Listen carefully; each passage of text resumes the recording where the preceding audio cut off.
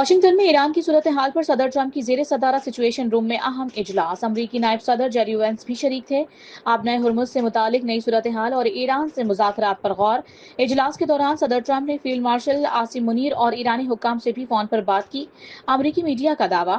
اجلاس میں Marco Rubio, پیٹ ہیگسیت کی بھی شرکت۔ Steve Witkoff, director CIA John Ratcliffe اور chairman joint chiefs Dan Caine بھی موجود تھے۔ اہم امریکی عہدیداروں کا کہنا تھا کہ اگر مذاکرات میں بریک تھرو نہ ہوا تو آئندہ چند روز میں جنگ دوبارہ شروع ہو سکتی ہے۔ وائٹ ہاؤس نے سچویشن روم اجلاس سے متعلق تاحال کوئی بیان جاری نہیں کیا۔ ایران آبنائے ہرمز بند کر کے امریکہ کو بلیک میل نہیں کر سکتا۔ امریکہ نے مذاکرات میں سخت موقف اختیار کیا۔ امریکی صدر ڈونلڈ ٹرمپ کی ایران کو ایک بار پھر دھمکیاں۔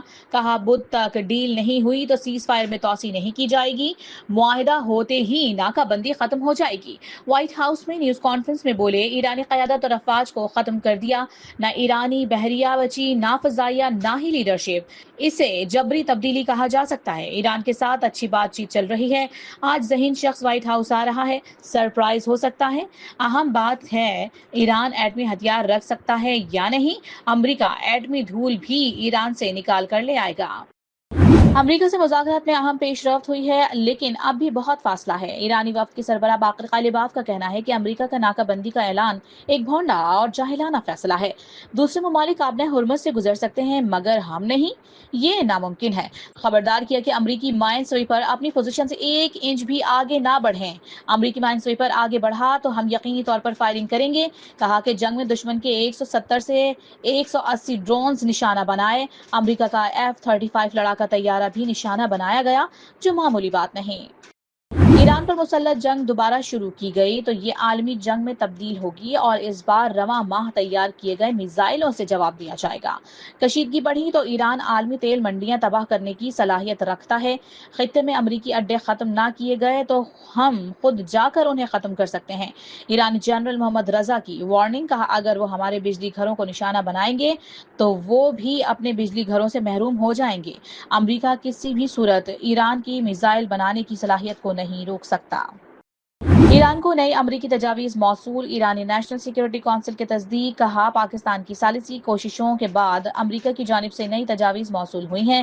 ایران ان تجاویز پر غور کر رہا ہے، تاحال تجاویز پر کوئی جواب نہیں دیا گیا۔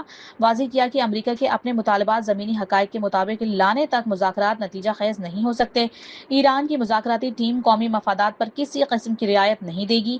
خبردار کیا کہ ایران جنگ کے مکمل خاتمے تک آبنائے ہرمز پر مکمل کنٹرول برقرار رکھے گا۔ اگر دشمن ناکہ بندی کی کوشش کرے گا تو اسے جنگ بندی کی خلاف ورزی سمجھا جائے گا۔ ہر جہاز کے لیے ایرانی اجازت اور رجسٹریشن لازمی درکار۔ سیکیورٹی اور خدمات کے لیے فیس بھی ادا کرنی ہوگی۔ جہازوں کو مخصوص راستوں پر چلنے کی پابندی کرنا ہوگی۔ سابق امریکی نائب صدر کیملا ہیرس نے ایران جنگ کا فیصلہ امریکی عوام کی خواہشات کے برعکس قرار دے دیا۔ کہا اسرائیلی وزیر اعظم نیتن یاہو نے امریکی صدر کو ایران جنگ میں دھکیلا۔ ٹرمپ ایسی جنگ میں دھکیلے گئے جس میں امریکی عوام کوئی دلچسپی نہیں رکھتی۔ جنگ بندی ختم ہونے پر اسرائیل اور امریکہ ایران پر حملے کے لیے تیار ہیں۔ ایران میں ممکنہ اہداف کی نئی فہرست تیار کر لی گئی ہے۔ اسرائیلی عہدیدار کا دعویٰ۔ کہا ملٹری انٹیلیجنس ایران کی صورتحال پر نظر رکھے ہوئے ہے۔ ایران کی توانائی تنصیبات بھی ممکنہ اہداف میں شامل ہے۔ دباؤ ناقابل قبول۔ ایران نے آبنائے ہرمز پھر بند کر دی۔ پاسداران انقلاب نے خبردار کیا، گزرگاہ ہمارے سخت کنٹرول میں ہے۔ امریکہ نے یقین دہانی کے باوجود ناکہ بندی جاری رکھی۔ آزادانہ آمد و رفت یقینی بنانے تک گزرگاہ نہیں کھلے گی۔ پاسداران انقلاب نے بھارتی تیل بردار 2 بحری جہازوں کو آبنائے ہرمز سے گزرنے سے روک دیا۔ جہازوں پر فائرنگ بھی کی گئی۔ ٹینکر اور عملہ محفوظ رہا۔ بھارتی جہازوں میں 20 لاکھ بیرل عراقی تیل موجود تھا۔ امریکی سینٹ کام نے واضح کیا، آبنائے ہرمز میں مکمل ناکہ بندی برقرار ہے۔ آغاز سے اب تک 23 جہاز واپس موڑے گئے۔ جیرالڈ فورڈ بحیرہ احمر میں موجود ہے۔ امریکی فورسز کی جانب سے 13 اپریل کو شروع ہونے والی ناکہ بندی اب بھی نافذ العمل ہے۔ ایران آبنائے ہرمز کے انتظام پر مکمل اختیار رکھتا ہے اور اپنے حقوق مذاکرات کی میز پر یا میدان جنگ میں حاصل کرے گا۔ ایران کے نائب صدر محمد رضا عارف کا پورٹس اینڈ میری ٹائم آرگنائزیشن کا دورہ۔ امریکی صدر ٹرمپ کی حالیہ دھمکیوں کو مسترد کرتے ہوئے انہیں بیان بازی، جھوٹ اور وہم قرار دے دیا اور کہا کہ ان کا جواب دینے کی ضرورت نہیں۔ ایرانی بیرونی دباؤ کے باوجود آبنائے ہرمز پر اپنی خود مختاری کو نافذ کرنے کی عزم پر قائم ہے۔ امریکہ نے بین الاقوامی سمندروں میں ایرانی آئل ٹینکرز پر قبضے کی تیاری شروع کر دی۔ امریکی جریدے وال اسٹریٹ جرنل کا دعویٰ۔ امریکی اخبار کی رپورٹ کے مطابق امریکہ اس اقدام سے ایران پر دباؤ ڈالنا چاہتا ہے تاکہ وہ آبنۂ ہرمز کھول دے اور اپنے ایٹمی پروگرام سے متعلق امریکہ کے مطالبات تسلیم کر لے۔ روس نے ایران کو افزودہ یورینیم ہٹانے میں مدد کی پیشکش کر دی۔ روسی جوہری توانائی کارپوریشن کے سربراہ نے کہا ہے کہ روسی جوہری کارپوریشن ایران سے افزودہ یورینیم ہٹانے میں مدد کے لیے تیار ہے۔ روس واحد ملک ہے جس کا ایران کے ساتھ تعاون کا مثبت تجربہ ہے۔ امریکہ اور ایران کے درمیان مذاکرات میں پیش رفت کو قریب سے دیکھ رہے ہیں۔ غزہ میں اسرائیلی بربریت بدستور جاری۔ گزشتہ 24 گھنٹوں میں مزید 7 فلسطینی شہید جبکہ 24 زخمی ہو گئے۔ جنگ بندی کے بعد سے 773 افراد شہید اور 2171 زخمی ہو چکے۔ تباہ شدہ عمارتوں کے ملبے سے اب تک 761 لاشیں برآمد کر لی گئیں۔ شہداء کی مجموعی تعداد 72,549 ہو گئی جبکہ 1,72,274 افراد زخمی ہوئے۔